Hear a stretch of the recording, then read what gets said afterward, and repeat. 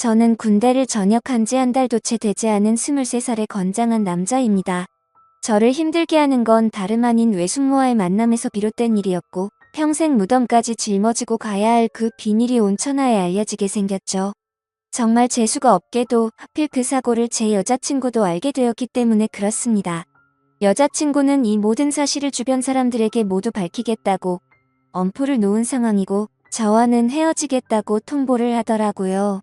솔직한 심정으로는 그런 여자친구의 마음도 돌렸으면 하는 바람과 외숙모와는 어떻게 이 상황을 정리해야 할지 너무나도 고민입니다. 우선 여자친구에 대해 간략히 말씀을 드리자면 제 여자친구는 제가 군대에서 복무하던 중 휴가를 나왔을 때 만나게 된 여자친구입니다. 저는 일병 말쯤에 정기휴가를 나오게 되었습니다. 휴가 둘째 날에 군대를 가지 않은 제 친구에게서 연락이 오더라고요. 저는 홍대 입구에서 친구를 만나 술집으로 향했습니다. 그렇게 오랜만에 술을 마시면서 정신없이 이야기를 떠들다 보니 벌써 각자 한 병씩이나 마셨더라고요. 그러던 중 친구는 갑자기 알 수 없는 미소를 짓더니 군인이 불쌍해서 근처에 사는 예쁜 친구를 불렀다고 하더니 얼마 지나지 않아서 갑자기 예쁜 여자가 저희 테이블로 앉더라고요. 제 친구가 이런 예쁜 여자랑 친구였다니 도저히 믿기지가 않았었죠. 저는 원래 말수가 적은 편이고 내성적인 성격이어서 여자와의 대화를 잘 못하는 성격이었지만 그녀가 등장했을 당시에는 이미 술을 꽤나 마신 상태였기에 술의 힘을 빌려서 많은 대화를 나누었습니다. 그녀와는 처음부터 많은 공감대가 형성되면서 급속도로 호감이 생기더군요. 저는 대학교 전공이 미술 전공인데 알고 보니 그 여자도 미술을 전공한다고 하더라고요. 그때부터 저희는 살면서 못 본 평생지기 운명을 만난 듯이 쉴 새 없이 수다를 떨기 시작했죠. 그리고 제게 그 여자를 소개시켜준 친구는 저희가 대화가 잘 통하는 걸 보더니 눈치껏 먼저 자리를 빠져줬죠. 그렇게 이야기를 나누던 중 약간은 의아했습니다. 그 여자는 제가 군인인 걸 알면서도 이상하다 싶을 정도로 적극적이더라고요. 군대는 어느 지역에서 근무를 하는지 물어봤고 그곳에서는 무슨 일을 하는 건지 물어봤고 또 힘들지는 않은지 기타 등등 쉴 새 없이 제게 질문을 하더군요. 여자들은 군대 이야기를 싫어한다고 생각을 했었는데 그녀는 희한하게도 눈이 초롱초롱 빛이 날 정도로 호기심을 가득 안고서 묻더라고요.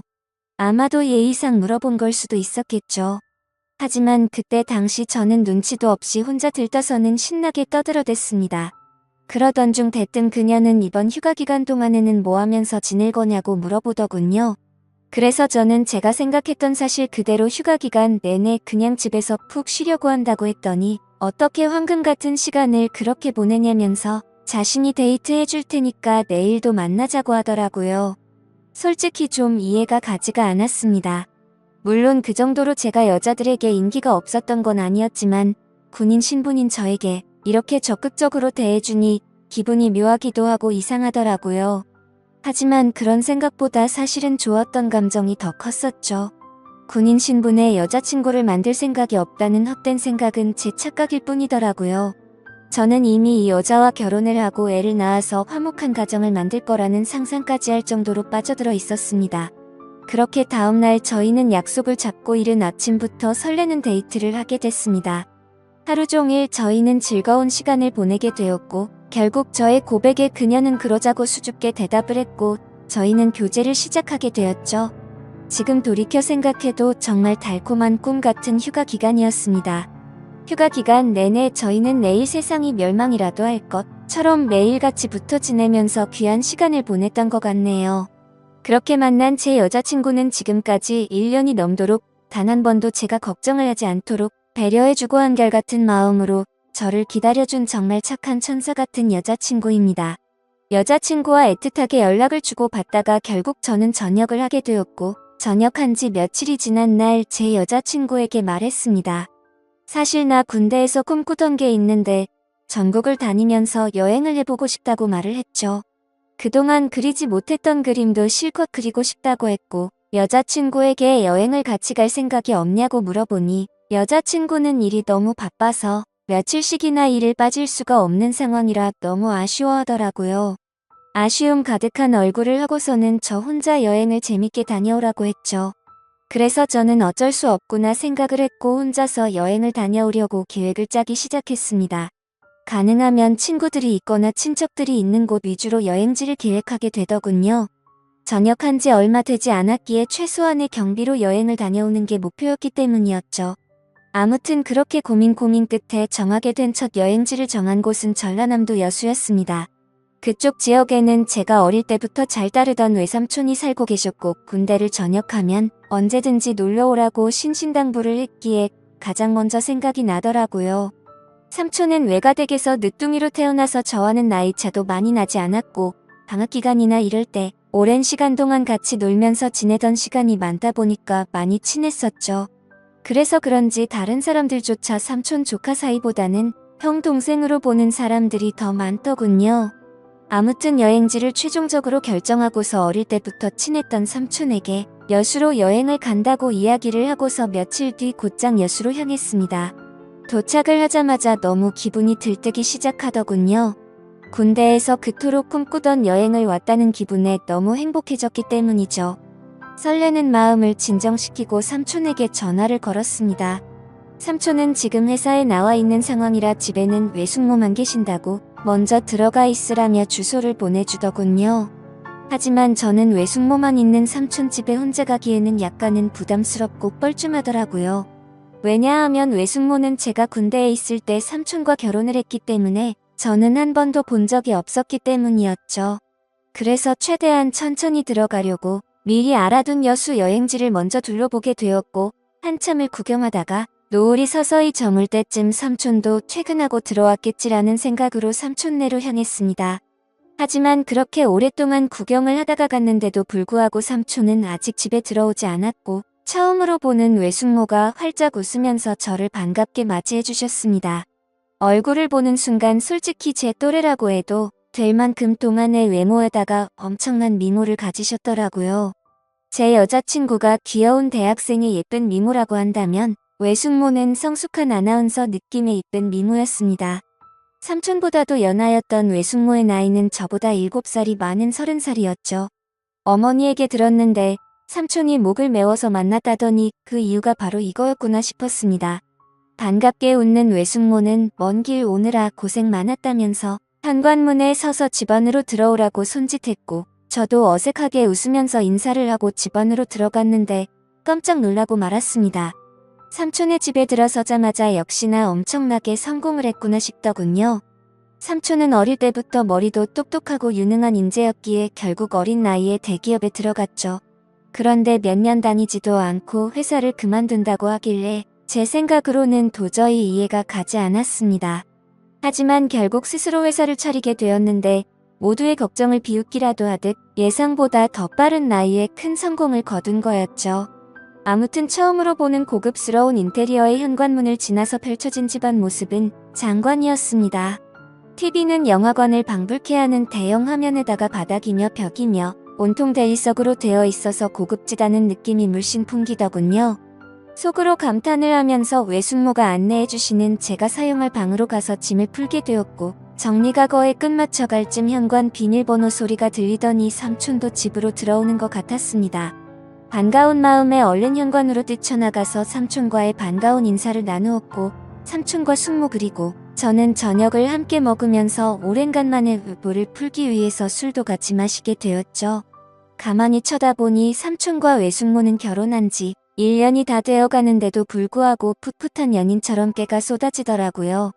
삼촌은 외숙모의 칭찬을 하느라 정신이 없어 보였고 얘기하는 걸 들어보니 삼촌이 얼마나 숙모를 좋아하는지 알 수가 있었습니다. 삼촌과 숙모의 첫 만남은 회사 미팅이 있어서 클라이언트와 함께 술집으로 가게 된 날이었다고 하더군요. 숙모는 그곳에서 일을 하고 있는 알바생이었는데 삼촌은 숙모를 보자마자 첫눈에 반해버리고 말았답니다. 그래서 삼촌은 그날 고맙다면서 팁을 10만 원이란 거금을 쓰면서 자신의 얼굴을 알렸고 거의 하루가 멀다 하고 매일 같이 그곳에 출근 도장을 찍으면서 조금씩 친해졌다고 하더라고요. 그렇게 끈질긴 구애 끝에 결국 두 사람은 연애를 하게 되었고 1년 전에 결혼까지 했다고 하더군요. 솔직히 저는 삼촌과 친한 사이가 맞기는 하지만 이 둘의 만남이 약간은 의아했었는데 그때부터는 이해는 갔습니다. 왜냐하면 삼촌은 똑똑하고 착한 사람인 건 맞지만 객관적으로 볼 때 겉으로 보면 남들보단 부족하긴 했었거든요. 그래서 겉으로 보면 누가 봐도 어울리지 않는 삼촌과 숙모였습니다. 한마디로 미녀와 야수 같은 느낌이랄까요? 그 생각이 들면서 역시나 남자는 돈이 많은 게 최고라고 하더니 그 말이 맞구나 싶었습니다. 그날 밤 저희 세 사람은 새벽이 넘어가는 늦은 시간까지 정신없이 술잔을 기울였죠. 그런데 저만의 착각이었던 건지 자꾸만 외숙모가 은근슬쩍 저를 바라본다는 느낌이 들더라고요. 얘기를 한참 하다가 숙모의 얼굴을 돌아보면 저를 보고 있다가 눈을 돌린다거나 술이 부족해서 제가 가져올게요 하면 굳이 제 손을 잡으면서 제가 갈게요 라고 한다든지 별거 아닌 말에도 웃으면서 제 팔을 잡는다든지 뭔가 기분이 묘해지더군요. 아무튼 저 혼자만의 생각으로는 숙모가 제게 오해를 할 만한 행동을 했다고 생각을 하기는 했지만 군대에 다녀와서 내가 뭔가 단단히 착각을 하는 건가 싶었고 술에 취해서 그랬나 보다 생각하고 결국 그날은 별로 대수롭지 않게 생각하고 넘어가게 되었죠. 그리고 그런 생각은 전혀 큰 문제도 아니었고 그저 단순히 그 자리가 즐겁고 재밌어서 앞으로 있을 일주일간의 여수 여행은 생각보다 지루하지 않겠다 싶어서 마냥 기분이 좋았던 것 같습니다. 다음날 늦잠을 자고 일어나 보니 삼촌은 일이 많아서 아침 일찍 출근을 한 상황이었고 숙모는 제게 숙취 해소에 도움될까 해서 콩나물국을 준비했다면서 얼른 밥을 먹으라고 하더군요. 그래서 식탁에 앉아서 밥을 먹기 시작하는데 숙모는 대뜸 제 앞에 앉아서 밥을 먹는 걸 지켜보더라고요. 갑작스러운 숙모의 행동에 저는 순간적으로 밥이 도로 튀어나올 뻔했죠. 저는 숙모에게 숙모는 식사하셨냐고 물어보자 보니는 이미 아까 전에 먹었다면서 아무렇지 않다는 듯이 계속해서 저를 쳐다보고 있더라고요. 그 상황이 너무 당황스러웠고 밥이 코로 들어가는지 입으로 들어가는지 모르겠더군요. 그렇다고 숙모가 무한하게 밥 먹는데 쳐다보지 말라고 하기도 어려운 상황이었죠. 그저 삼촌과 같이 있을 때도 혼자 밥 먹게 하는 스타일은 아닌가 보다 하고 말았습니다. 그렇게 밥을 먹고 있는데 숙모는 제 여행 스케줄을 물어보더군요. 그래서 계획했던 대로 얘기를 해줬더니 너무 재밌을 것 같다고 하더니 본인이 자처해서 관광하는 걸 도와주시겠다고 하더라고요. 솔직히 어색해서 괜찮을까 생각을 하긴 했지만 그 제안이 그리 나쁘지는 않았습니다. 그림을 그리기 위해서 이것저것 들고 다니면서 대중교통을 이용하면 분명히 많이 불편했을 텐데 숙모가 운전을 해주신다고 하니 그 차를 이용해서 다니면 훨씬 편할 거라고 생각이 들더군요. 그리고 어찌 되었건 숙모와는 앞으로는 친척 사이가 되었으니 친해지는 게 좋겠다고 생각이 들었죠. 그렇게 함께 시작한 여행은 생각보다 더 편하고 즐거웠습니다. 처음에는 많이 낯설기도 했지만 숙모의 성격이 사람을 편하게 해주는 성격이라 그런지 금세 마음이 편해지더군요. 그리고 매일 같이 밥도 같이 먹고 드라이브도 하다 보니 생각보다 금방 친해지는 기분이 들었죠. 심지어 제 여행의 목적이기도 했던 그림을 정신을 놓고 한참 그리고 있으면 조용히 제 옆으로 다가와서는 너무 분위기가 있다면서 그림도 어떻게 이렇게 예쁘게 잘 그리냐며 입이 마르도록 칭찬을 해주더라고요. 예쁜 미소로 웃으면서 그런 말을 하니까 내심 기분도 좋았었고 예쁘고 젊은 숙모랑 둘이서 다니다 보니 마치 데이트를 하고 있다는 착각까지 들었죠. 아무튼 그렇게 즐겁고 재밌는 하루하루를 보내다 보니 일주일 여행 기간 중에 순식간에 4일이라는 시간이 지나갔습니다. 그런데 그날 밤 삼촌은 해외 쪽에서 큰 문제가 생겨서 직접 급히 해외로 출장을 가셔야 한다고 했습니다. 그래서 저도 숙모와 둘이서 있기에는 좀 그러니까 마침 저도 친구들이 연락 와서 조금 급하게 올라가야 한다고 말을 했죠. 그런데 그 말을 하자마자 제가 제정신이 아니었던 건지 속으로는 왠지 모르게 아쉽다는 생각이 많이 들었고 괜히 급하게 올라간다고 했다는 생각에 후회스러운 마음도 조금은 들더라고요. 도대체 무슨 생각인 건지 그런 생각을 했던 제 스스로도 이해가 안 되었죠. 많이 가까워지고 친해져 버린 숙모와 이별을 한다고 생각해서 그랬던 건지 왠지 모를 마음이 들었습니다. 하지만 아무리 그래도 이런 생각을 했다는 그 자체만으로도 저를 스스로 욕을 해버리고 말았네요. 다음날 아침 삼촌은 예정대로 새벽부터 급히 해외로 출장을 떠나게 되었고 저는 여행의 마지막 술자리로 어제 마신 술 때문에 피곤해서 잠을 더 자고 있었습니다. 그런데 술에 취해서 정신없이 방에 들어와서 자느라 방문이 열려 있는 것도 모른 채 자고 있었던 거죠. 정신이 없던 저는 평소 습관처럼 민소매에 반바지를 입고서 자고 있었습니다. 근데 잠결에 잘못 본 건지 외숙모가 제 방 앞에서 알짱거리는 듯한 뭔가 인기척이 느껴지더라고요. 뭔가 쳐다보고 있는 게 느껴지는데 갑자기 잠에서 깨기에는 조금 창피해서 눈을 감고 가만히 있었습니다. 근데 기분이 참 묘하더군요. 숙모라는 사람이 저를 몰래 쳐다보고 있는 느낌이라는 게 말이죠. 그래서 조금은 잠에서 깨어서 살짝 실눈을 떠서 봤는데 숙모의 그 눈빛을 잊을 수가 없었습니다.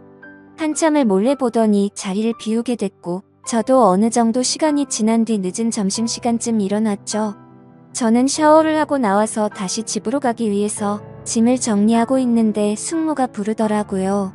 제가 갑자기 서둘러서 떠나게 돼서 아쉽다면서 여행지로 꼭 추천해주고 싶었던 곳이 있는데 늦기 전에 그곳도 구경하고 밖에서 식사나 하고 저녁에 가는 게 어떻겠냐고 제게 물어보더군요.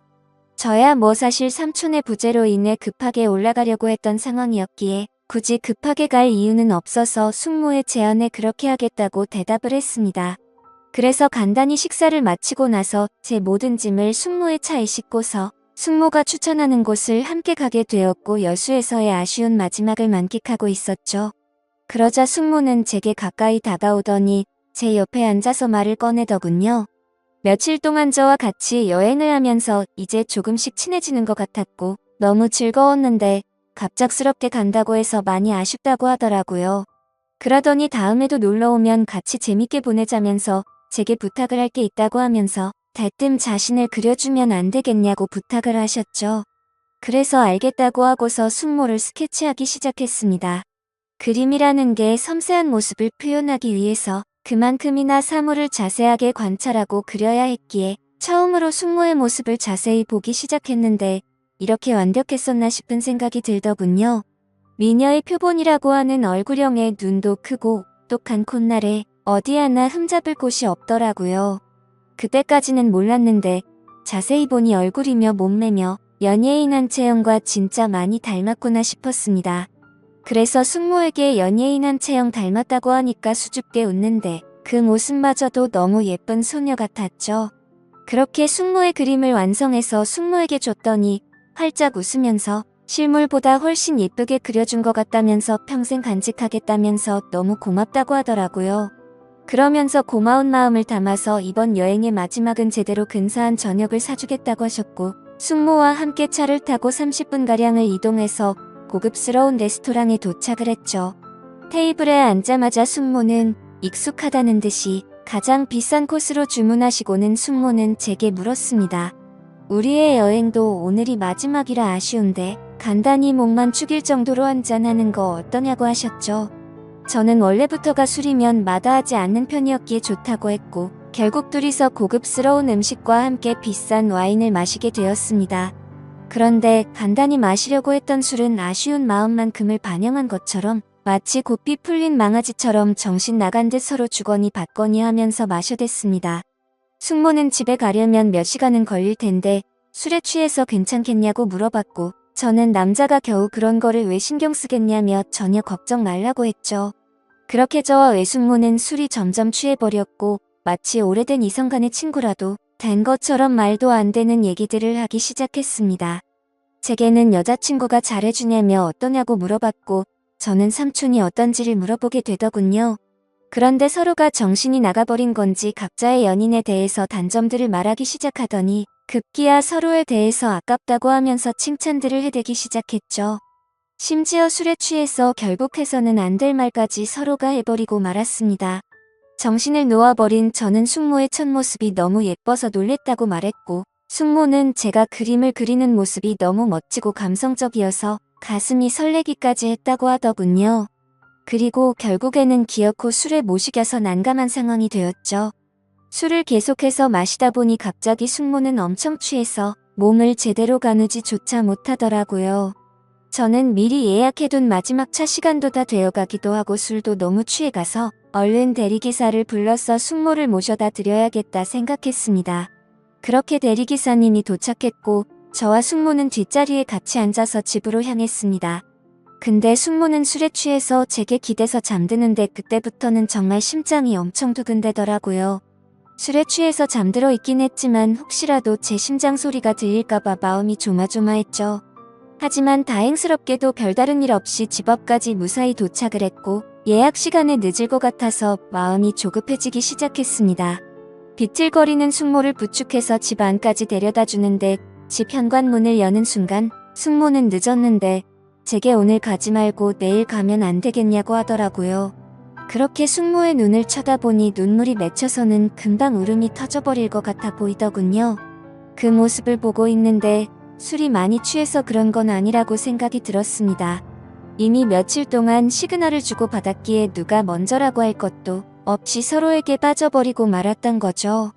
결국 숙모의 제안을 또다시 수락하게 되었고 그날 이후 저는 짐을 다시 다 풀고서 여수에서 여행을 더하기로 마음을 먹었습니다.